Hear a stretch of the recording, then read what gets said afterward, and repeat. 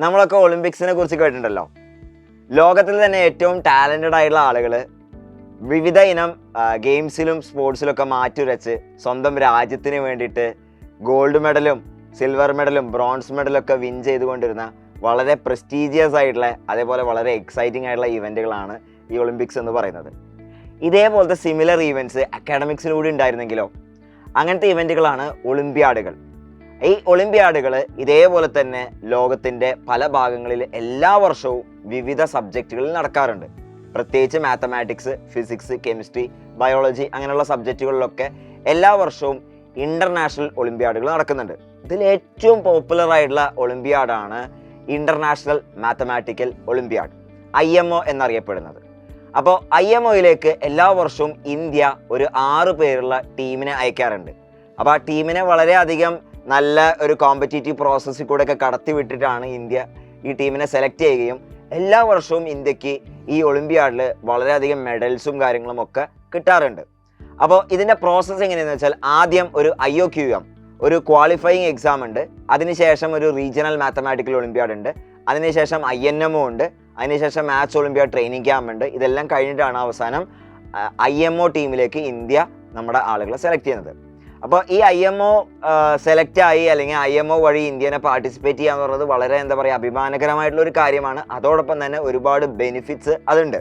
ഇപ്പോൾ ലോകത്തിലെ പല ഫോറിൻ യൂണിവേഴ്സിറ്റിയിലൊക്കെ നമ്മൾ അഡ്മിഷന് വേണ്ടി അപ്ലൈ ചെയ്യുമ്പോൾ ഇതൊരു ആഡഡ് ബെനിഫിറ്റ് ആണ്. അതേപോലെ ഇപ്പോൾ റീസെൻ്റ്ലി പല IITകളും ഈ പറഞ്ഞ ഒളിമ്പ്യാഡ് ക്വാളിഫിക്കേഷൻ വഴി ഡയറക്റ്റ് അഡ്മിഷൻ കൊടുക്കുന്ന പ്രോസസ്സൊക്കെ തുടങ്ങിയിട്ടുണ്ട്. അപ്പോൾ 8ാം ക്ലാസ് മുതൽ 12ാം ക്ലാസ് വരെ ഇൻട്രസ്റ്റഡ് ആയിട്ടുള്ള കുട്ടികളൊക്കെ നിർബന്ധമായിട്ട് മാത്സ് താല്പര്യമുള്ള എല്ലാവരും എഴുതേണ്ട ഒരു പരീക്ഷയാണ് ഈ ഒളിമ്പ്യാഡ്, മാത്സ് ഒളിമ്പ്യാഡ് എന്ന് പറയുന്നത്. അപ്പോൾ ഇതിൻ്റെ ആദ്യത്തെ സ്റ്റേജ് ക്ലിയർ ചെയ്ത ഒരു മിടുക്കനാണ് എൻ്റെ കൂടെയുള്ളത്, ജിഷാനാണ്. ജിഷാൻ നമ്മുടെ സൈലത്തിൻ്റെ കോഴിക്കോടുള്ള ഇൻ്റഗ്രേറ്റഡ് സ്കൂളിംഗ് ക്യാമ്പസ് ആയിട്ടുള്ള സദ്ഭാവന സ്കൂളിൽ 11th ഗ്രേഡിൽ പഠിക്കുകയാണ്. Hi Jishan. So how do you feel? ഇത് നമ്മൾ മനസ്സിലാക്കേണ്ട ഒരു കാര്യം എന്ന് വെച്ചാൽ, ഒളിമ്പ്യാഡ് എന്ന് പറഞ്ഞാൽ ഭയങ്കര പ്രസ്റ്റീജിയസ് ആയിട്ടുള്ള സംഭവമാണ്. ഇത് JEE ഒക്കെ പോലെ ഒരു കോച്ചബിൾ ആയിട്ടുള്ള സംഭവമല്ല, നമ്മൾ ഒറിജിനൽ ടാലൻറ്റും ഒറിജിനൽ ആപ്റ്റിറ്റ്യൂഡും ഒക്കെ ടെസ്റ്റ് ചെയ്യുന്ന ഒരു പരീക്ഷയാണ്. അപ്പോൾ so how do you feel? ഇതിൻ്റെ ആദ്യത്തെ ലെവലാണ് ക്ലിയർ ചെയ്തെങ്കിലും so how do you feel about this? നല്ലൊരു ഇത് തോന്നുന്നുണ്ട്. ഞാൻ എന്താ പറയുക, കുറേ കേൾക്കുന്നുണ്ട്. ഞാനൊരു 8 പഠിക്കുമ്പോൾ ഒരു മാത്സിൽ ഇൻട്രസ്റ്റ് ഉണ്ടായിരുന്നു. അപ്പം 10th ഞാൻ കേൾക്കുന്നുണ്ട് ഒളിമ്പ്യാഡ് എന്ന്. പക്ഷേ എന്താണെന്നൊന്നും അറിയില്ല. പിന്നെ പഴയ സ്കൂളിൽ നിന്നൊന്നും എന്താ പറയുക ഇതുപോലത്തെ എക്സാമിനൊന്നും ഒരു സപ്പോർട്ട് കിട്ടാൻ അധികം അറിയില്ല. ഞാൻ തന്നെ ഒളിമ്പ്യാഡായിട്ട് അറിഞ്ഞത് ഫസ്റ്റ് എക്സാം കഴിഞ്ഞതിന് ശേഷമാണ്. അപ്പം ഇവിടെ വന്നതിന് ശേഷം ഒരു ദിവസം സാർ എന്ന് പറഞ്ഞ് ഇങ്ങനെ ഒരു എക്സാം ഉണ്ട്, അപ്പോൾ ഇത് പറഞ്ഞപ്പോൾ എനിക്ക് തോന്നുന്നു ഇങ്ങനെ എഴുതി നോക്കാം എന്ന് വെറുതെ രജിസ്റ്റർ ചെയ്ത്. അങ്ങനെ കുറേ ആൾക്കാർ. ജിഷാൻ പഠിക്കുന്നത് സൈലത്തിൻ്റെ ഇൻ്റഗ്രേറ്റഡ് സ്കൂൾ ക്യാമ്പസിൽ JEE പ്രോഗ്രാമിലാണ്. അപ്പോൾ JEE കോച്ചിങ്ങിന് അപ്പിയർ ചെയ്യുന്നതിൻ്റെ ഒപ്പം തന്നെ നമ്മൾ നമ്മുടെ കുട്ടികളെടുത്ത് വേരിയസ് കോമ്പറ്റീറ്റീവ് എക്സാംസിന് പ്രിപ്പയർ ചെയ്യാൻ പറയാറുണ്ട്. അപ്പോൾ അതിൻ്റെ ഭാഗമായിട്ട് നമ്മളെ കുട്ടികളെടുത്ത് ഇൻട്രസ്റ്റഡ് ഉള്ള മാത്സ് താല്പര്യമുള്ള കുട്ടികളെടുത്തൊക്കെ IOQM എഴുതാൻ പറഞ്ഞിട്ടുണ്ടായിരുന്നു. അപ്പോൾ ഞാൻ എൻ്റെ ഒരു ചെറുപ്പം എടുക്കുകയാണെങ്കിൽ ഞാൻ മാത്സിൽ ഭയങ്കര താല്പര്യമുള്ള ഒരാളായിരുന്നു. എനിക്ക് മാത്സ് ഭയങ്കര ഇഷ്ടമുള്ളതായിരുന്നു. അതുകൊണ്ട് മാത്സ് നല്ല ആപ്റ്റിറ്റ്യൂഡ് ഉള്ളതുകൊണ്ട് തന്നെ എനിക്ക് മാത്സ് ഒളിമ്പ്യാഡ് ക്രാക്ക് ചെയ്യാൻ പറ്റിയിട്ടുണ്ടായിരുന്നു. അതേപോലെ തന്നെ സ്വാഭാവികമായിട്ടും IITയിലും നല്ല റാങ്കൊക്കെ കിട്ടിയിട്ടുണ്ടായിരുന്നു. അപ്പോൾ മോനെ ചോദിക്കട്ടെ, നമ്മൾ ഇൻ്റഗ്രേറ്റഡ് സ്കൂളിലൊരു അറ്റ്മോസ്ഫിയർ ഉണ്ടല്ലോ, അതെങ്ങനെ സഹായിച്ചിട്ടുണ്ട് ഈ മാത്സ് ഒളിമ്പ്യാഡിനെ അപ്പിയർ ചെയ്യാൻ? നീ ഇതുവരെ കിട്ടിയ മാത്സിൽ നല്ലൊരു ഹയർ ലെവൽ കോച്ചിങ് കാര്യങ്ങളൊക്കെ കിട്ടിയിട്ടുണ്ടല്ലോ, അത് നിന്നെ ഈ IOQMന് സഹായിച്ചിട്ടുണ്ടോ? മാത്സിൽ ഇപ്പോൾ പല ചാപ്റ്റേഴ്സിനും ക്വസ്റ്റ്യൻസ് നോർമൽ ലെവലല്ലേ വരിക. ഇപ്പം ഇവിടെ എൻട്രൻസ് ലെവലിൽ പഠിക്കുന്നതുകൊണ്ട് ഇപ്പം പല ചാപ്റ്റേഴ്സിൻ്റെയും ഒരു നമുക്ക് ചിന്തിക്കാനുള്ള ക്വസ്റ്റ്യൻസ് കുറേ കിട്ടിയതുകൊണ്ടും പിന്നെ ടീച്ചേഴ്സെല്ലാം ഹെൽപ്പ് ചെയ്തതാണ്. ഇപ്പോൾ നമുക്ക് ഡൗട്ട് ഉണ്ടെങ്കിലും കാര്യങ്ങളൊക്കെ ചോദിക്കാനൊക്കെ ആയിട്ട്. അപ്പം ഇതിൻ്റെ ക്വസ്റ്റ്യൻസ് തന്നെ ഇപ്പോൾ നമ്മൾ സ്കൂളത്തെ ടീച്ചേഴ്സിന് വേണ്ടി ചോദിക്കുമ്പോൾ നല്ല ഹെൽപ്പ് ചെയ്ത് പറഞ്ഞു തന്നിട്ടും ചെറിയ രീതിയിൽ ക്ലാസ്സൊക്കെ തന്നിട്ട് നല്ല രീതിയിൽ ഹെൽപ്പ് ചെയ്തിരുന്നു എക്സാമിന് വേണ്ടിയിട്ട്. യെസ്, നമ്മൾ ഈ ഒളിമ്പ്യാഡ് എന്ന് പറയുന്നത് നേരത്തെ ഇവൻ സൂചിപ്പിച്ച പോലെ തന്നെ ഒറിജിനൽ തിങ്കിങ്, അല്ലെങ്കിൽ നമ്മളെ റിയൽ പാഷൻ ഒക്കെ ടെസ്റ്റ് ചെയ്യപ്പെടുന്ന ഒരു പരീക്ഷയാണ്.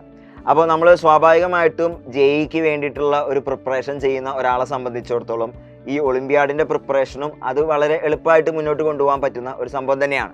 ജിഷാൻ, എപ്പോഴാണ് മാത്സിൽ, ഞാൻ അസ്യൂം ചെയ്യുന്നതെന്ന് വെച്ചാൽ നിനക്ക് ഫേവറേറ്റ് സബ്ജക്റ്റ് മാത്സ് ആയിരിക്കുമല്ലോ, എപ്പോഴാണ് മാത്സിൽ ഇൻട്രസ്റ്റ് ആദ്യം വന്നത്, അല്ലെങ്കിൽ ഓവർ ടൈം അതിൽ ഇൻട്രസ്റ്റ് കൂടി വന്നത് എങ്ങനെയാണ്? അതൊക്കെ ഒന്ന് ജസ്റ്റ് ഒന്ന് ഷെയർ ചെയ്യാൻ പറ്റുമോ? ഇൻട്രസ്റ്റ് പണ്ട് മുതലേ ഉണ്ട്. പിന്നെ ഒരു 8ലൊക്കെ പഠിക്കുമ്പോൾ ഒരു 9th ഞാൻ മാത്സിൻ്റെ ക്വിസിന് പങ്കെടുത്തിനി. അപ്പോൾ അങ്ങനെ അവിടുന്ന് ജില്ല വരെ പോയി. അങ്ങനെ 10th പിന്നെ മാത്സിന് ട്രാൻസ്ഫർ എക്സാം സ്റ്റേറ്റ് കലോത്സവം ലെവലിൽ എഴുതി അങ്ങനെ കിട്ടി. ഓക്കെ. പിന്നെ മാത്സിലെല്ലാം ഇൻട്രസ്റ്റ് ആയി ഞാൻ ശരിക്കും മാത്സിൽ ഇൻട്രസ്റ്റ് ഉള്ളതുകൊണ്ടാണ് ഞാൻ ജെയ് എടുത്തത്. അല്ലെങ്കിൽ ഞാൻ ജെയ് എടുക്കാനല്ല, മാത്സ് ഇൻട്രസ്റ്റ് ഉള്ളതുകൊണ്ട് ഞാൻ ജെയ് എടുത്തത്. അവൻ പറഞ്ഞ വളരെ നല്ലൊരു പോയിന്റാണ്. കാരണം എന്താ വെച്ചാൽ നമ്മൾ രണ്ട് കാര്യമാണുള്ളത്. ഒന്ന്, മാത്സിൽ നല്ല താല്പര്യമുള്ള ആളുകൾ നിർബന്ധമായിട്ടും വരേണ്ട ഒരു ഏരിയ എന്ന് പറഞ്ഞാൽ ജെഇ പോലത്തെയാണ്. കാരണം നമ്മൾ മാത്സ് താല്പര്യമുള്ള ആളുകളാണ് സ്വാഭാവികമായിട്ടും IIT പോലുള്ള പ്രീമിയർ ഇൻസ്റ്റിറ്റ്യൂട്ടിലൊക്കെ എത്തുക എന്നുള്ളത്. ഓക്കെ. രണ്ടാമത്തെ കാര്യം എന്ന് പറഞ്ഞാൽ നമുക്കൊരു സബ്ജക്റ്റിൽ താല്പര്യം ഉണ്ടെങ്കിൽ ബിയോണ്ട് സ്കൂൾ നമ്മൾ കുറേ കാര്യങ്ങൾ എക്സ്പ്ലോർ ചെയ്യണം. കോമ്പറ്റീറ്റീവ് എക്സാംസുകളൊക്കെ നമ്മൾ അപ്പിയർ ചെയ്യണം. അപ്പോൾ ഈവൻ ഹൈസ്കൂൾ തൊട്ട് തന്നെ ഒരുപാട് കോമ്പറ്റീറ്റീവ് എക്സാമുകൾക്കൊക്കെ അപ്പിയർ ചെയ്തിട്ടുണ്ട്. ആൻഡ് അതിൻ്റെ കണ്ടിന്യൂവേഷൻ എന്നുള്ള നിലയ്ക്ക് ഇതാ ഇപ്പോൾ ഒളിമ്പ്യാഡ് ക്ലിയർ ചെയ്യുകയും IOQM ക്ലിയർ ചെയ്യുകയും നെക്സ്റ്റ് ലെവലിലേക്കൊക്കെ എത്തുകയും ചെയ്തു. ഇനി നമ്മൾ IOQM ക്ലിയർ ചെയ്തതിന് ശേഷം നമുക്ക് ഒരുപാട് സമയമൊന്നും കിട്ടിയിട്ടില്ല. പക്ഷേ നമ്മൾ RMOന് വേണ്ടിയിട്ടുള്ള ഒരു ചെറിയൊരു ഗൈഡൻസ് ക്ലാസ്സൊക്കെ നമ്മൾ എടുത്തിട്ടുണ്ടായിരുന്നു അല്ലേ? അപ്പോൾ ആ ഗൈഡൻസിൽ നിങ്ങൾക്ക് കുറച്ചും കൂടി ഒരു ഐഡിയ കിട്ടിയോ? RMO എങ്ങനെ നെക്സ്റ്റ് ലെവൽ എക്സാം എങ്ങനെ എഴുതണം എന്നുള്ളത് കിട്ടിയോ? അതിപ്പം ഫസ്റ്റ് ക്വസ്റ്റ്യൻസ് നോക്കിയപ്പോൾ നമുക്കൊന്നും എങ്ങനെ തിങ്ക് ചെയ്യണമെന്നുള്ള അറിയില്ല. അപ്പോൾ ക്വസ്റ്റ്യൻസ് മോക്ക് പ്രീവിയസ് പേപ്പറൊന്നും കിട്ടിയില്ല. അപ്പോൾ ക്ലാസ് ഒക്കെ കഴിഞ്ഞിട്ട് പിന്നെ ഒന്ന് നോക്കിയപ്പോഴും വലിയ രീതി കിട്ടില്ല. പക്ഷേ എക്സാം ആണെന്നാണ് അതിന് കറക്റ്റ് മനസ്സിലായത്. കാരണം RMO എക്സാമിന് പോയപ്പം ചില ക്വസ്റ്റ്യൻസ് ആ ടൈമിൽ പഴയ കണ്ട ക്ലാസ്സും മറ്റു കാര്യങ്ങളൊക്കെ ആയിട്ട് നോക്കുമ്പോൾ മിക്സ് ചെയ്ത് നല്ല ഏത് ലെവലിൽ ചിന്തിക്കണം എന്നുള്ളൊരു ഐഡിയ കിട്ടി. അവർ 4 ക്വസ്റ്റ്യനോളം അറ്റൻഡ് ചെയ്യാൻ കഴിഞ്ഞു. ഇപ്പം ജിഷാൻ പറഞ്ഞത് RMOയിൽ 4 ക്വസ്റ്റ്യൻ അറ്റംപ്റ്റ് ചെയ്തു എന്നാണ്. ശ്രദ്ധിക്കണം, ഈ RMO എന്ന് പറയുന്നത് ഒരു ഡിസ്ക്രിപ്റ്റീവ് പരീക്ഷയാണ്. 3 മണിക്കൂറിൽ 6 ക്വസ്റ്റ്യനാണ് ക്വസ്റ്റ്യൻ പേപ്പറിൽ ഉണ്ടാവുക. ആൻഡ് ഈ 6 ക്വസ്റ്റ്യൻ ഓരോ ക്വസ്റ്റ്യനും 17 മാർക്കാണ്. ആൻഡ് 17 × 6 102 ഈ എക്സാം ഉണ്ടാവുക. കഴിഞ്ഞ വർഷത്തെ കേരളത്തിൻ്റെ കട്ട് ഓഫ് എന്ന് പറയുന്നത് 1 മാർക്ക് ഔട്ട് ഓഫ് 102 ആയിരുന്നു. ഓക്കെ. കേരളത്തിൽ നിന്ന് യൂഷ്വലി ഒരു 30-35 ആളുകളൊക്കെയാണ് സെലക്ട് ചെയ്യുന്നുണ്ടാവുക അടുത്ത ലെവലിലേക്ക് വേണ്ടിയിട്ട്. ഓക്കെ. അപ്പോൾ അത്രയും എന്താ പറയുക, ഒരു ലോ സ്കോറിംഗ് ആയിട്ടുള്ള നമ്മൾ പറയില്ലേ ഒറിജിനൽ ടെസ്റ്റിംഗ് ഒക്കെ ഇതാക്കുന്ന ഒരു ഡിസ്ക്രിപ്റ്റീവ് ആയിട്ടുള്ള നമ്മൾ ആ സിസ്റ്റമാറ്റിക് ആയിട്ട് സ്ട്രക്ചേർഡ് ആയിട്ട് സൊല്യൂഷൻ എഴുതേണ്ട ഒരു പരീക്ഷയാണ് RMO എന്ന് പറയുന്നത്. ഓക്കെ. അപ്പം ഞാൻ ജിഷാൻ ചോദിക്കട്ടെ, നിൻ്റെ ഫ്യൂച്ചർ പ്ലാനൊക്കെ എന്താണ്? അതായത് ഇപ്പോൾ മാത്സ് നിനക്ക് താല്പര്യം ഉണ്ടല്ലോ. അപ്പോൾ നിൻ്റെ ഈ മാത്സിൻ്റെ ഇൻട്രസ്റ്റ് നീ ഫ്യൂച്ചറിൽ കരിയറിൽ എങ്ങനെ ഉപയോഗപ്പെടുത്താനാണ് ഉദ്ദേശിക്കുന്നത്? കരിയറിൽ ഇപ്പം ഒന്നും കറക്റ്റ് അറിയില്ല. പക്ഷെ എനിക്ക് എങ്ങനെയാലും മാത്സ് ഇൻട്രസ്റ്റ് ഉള്ള ഉപകാരം ഫീൽഡിലേക്ക് പോകണമെന്നാണ്. അപ്പോൾ അതാണ് ഞാൻ ജെയ് എടുത്ത്. ഓക്കെ. അപ്പോൾ ഇനി IIT ഇങ്ങനെ ക്രാക്ക് ചെയ്തിട്ട് യെസ്. അപ്പോൾ മാത്സ് താല്പര്യമുള്ളവരെ സംബന്ധിച്ചിടത്തോളം ഉള്ള ഓപ്ഷനുകൾ എന്ന് പറഞ്ഞാൽ ഒന്ന്, ഈ പറഞ്ഞ പോലെ എഞ്ചിനീയറിംഗ് മേഖലകളിൽ അതിൽ തന്നെ IITകളിൽ തന്നെ എത്തണമെന്നാണ് ശ്രമിക്കേണ്ടത്. ഇതേപോലെ തന്നെ മാത്സിൻ്റെ കോഴ്സുകൾ IITകളിലും IIScകളിലും IISERകളിലും ഒക്കെ ഓഫർ ചെയ്യുന്നുണ്ട്. ആൻഡ് അതേപോലത്തെ ഒരു സിമിലർ ഇൻസ്റ്റിറ്റ്യൂട്ടാണ് ISIകൾ, ഇന്ത്യൻ സ്റ്റാറ്റിസ്റ്റിക്കൽ ഇൻസ്റ്റിറ്റ്യൂട്ട് എന്ന് പറയുന്നത്. അപ്പോൾ മാത്സ് താല്പര്യമുള്ള ആളുകളൊക്കെ ഹൈസ്കൂളിൽ തന്നെ എന്താ ചെയ്യേണ്ടതെന്ന് വെച്ചാൽ പരമാവധി കോമ്പറ്റീറ്റീവ് പരീക്ഷകൾക്ക് അപ്പിയർ ചെയ്യുക, ഒളിമ്പ്യാഡ് പോലുള്ള എക്സാംസിന് പ്രിപ്പയർ ചെയ്യുക. അതേപോലെ തന്നെ എൻട്രൻസ് എക്സാമുകൾക്കും അല്ലെങ്കിൽ കറക്റ്റ് ഗൈഡൻസും കിട്ടണമെങ്കിൽ ഇതേപോലത്തെ ഇൻ്റഗ്രേറ്റഡ് സ്കൂളിൻ്റെ ഭാഗമാകുവാൻ തന്നെയാണ് നമ്മൾ ശ്രമിക്കേണ്ടത്. ഓക്കെ. ഞാൻ ചോദിക്കട്ടെ, നമ്മളെ ഇൻ്റഗ്രേറ്റഡ് സ്കൂളിൽ നമ്മൾ അധ്യാപകർ, ഇപ്പോൾ ജംഷി സാറിൻ്റെ നേതൃത്വത്തിലുള്ള ഫാക്കൽറ്റി, അതേപോലെ ഹരി സാറാണല്ലോ കോർഡിനേറ്റർ, അപ്പോൾ അവരൊക്കെ സപ്പോർട്ട് എങ്ങനെയുണ്ട് നിനക്ക്? എങ്ങനെ അവിടെ ഭയങ്കര നല്ല കംഫർട്ടബിൾ അറ്റ്മോസ്ഫിയറും പഠിക്കാനുള്ള ഏറ്റവും നല്ല സാഹചര്യവും, അതുപോലെ മുന്നേ പഠിച്ച സ്കൂളിൽ നിന്ന് ഇവിടേക്ക് എത്തുമ്പോൾ എന്തൊക്കെ വ്യത്യാസങ്ങളൊക്കെയാണ് ഇവിടെ തോന്നുന്നത്?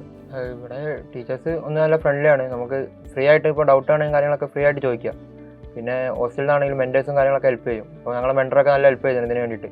അപ്പോൾ നമുക്ക് ക്വസ്റ്റ്യൻസ് കളക്ട് ചെയ്ത് തരാനാണെങ്കിലും, പിന്നെ ഒരു ക്വസ്റ്റ്യൻ ഡൗട്ട് ഉണ്ടെങ്കിൽ ഇപ്പോൾ നമുക്ക് ടാബിൽ കുറേ ചോദിച്ചാൽ കുറേ സൊല്യൂഷൻ കിട്ടും. അതുപോലെ തന്നെ ഇപ്പം സ്കൂളിൽ പോയി കഴിഞ്ഞാൽ സാർമാർ ഇപ്പം അക്കാദമിക്കിൽ ഉള്ളതാണെങ്കിലും ഇനി പുറത്തുള്ള ക്വസ്റ്റ്യൻ ആണെങ്കിലും അതിന് സൊല്യൂഷനും കാര്യങ്ങളും വൃത്തിക്ക് നല്ല എക്സ്പ്ലെയിൻ ആക്കി പറഞ്ഞുതരും.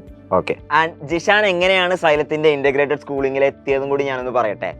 ജിഷാൻ 10ാം ക്ലാസ് കഴിഞ്ഞ് അല്ലെങ്കിൽ 10ാം ക്ലാസ്സിൽ പഠിക്കുന്ന സമയത്ത് സൈലത്തിൻ്റെ നെസ്റ്റ് എന്ന് പറഞ്ഞ സ്കോളർഷിപ്പ് പരീക്ഷ എഴുതുകയും ആ പരീക്ഷ നല്ല ടോപ്പ് മാർക്കോടെ ക്രാക്ക് ചെയ്യും. 100% സ്കോളർഷിപ്പോട് കൂടിയാണ് അവൻ സൈലത്തിൻ്റെ ഇൻ്റഗ്രേറ്റഡ് ക്യാമ്പസിൽ പഠിക്കുന്നത്. അപ്പോൾ ഇപ്പോൾ 10ാം ക്ലാസ്സിൽ പഠിക്കുന്ന അല്ലെങ്കിൽ ഹൈസ്കൂളിൽ പഠിക്കുന്ന കുട്ടികൾക്ക് സ്വപ്നം കാണാനുള്ള ഒരു പരീക്ഷ കൂടിയാണ് നെസ്റ്റ്. അപ്പോൾ ഇനിയും നെസ്റ്റ് പരീക്ഷകൾ വരുന്നുണ്ട്. സൈലത്തിൻ്റെ ഇൻ്റഗ്രേറ്റഡ് സ്കൂളുകളിലേക്ക് എത്തിപ്പെടാനുള്ള ഒരു ഗോൾഡൻ ഓപ്പർച്യൂണിറ്റി നിങ്ങളെ കാത്തിരിക്കുന്നുണ്ട്. അപ്പോൾ ബാക്കിയുള്ള കാര്യങ്ങളുമായിട്ട് നമ്മൾ ഇനി അടുത്ത വീഡിയോയിൽ കാണാം. Wish you all the best.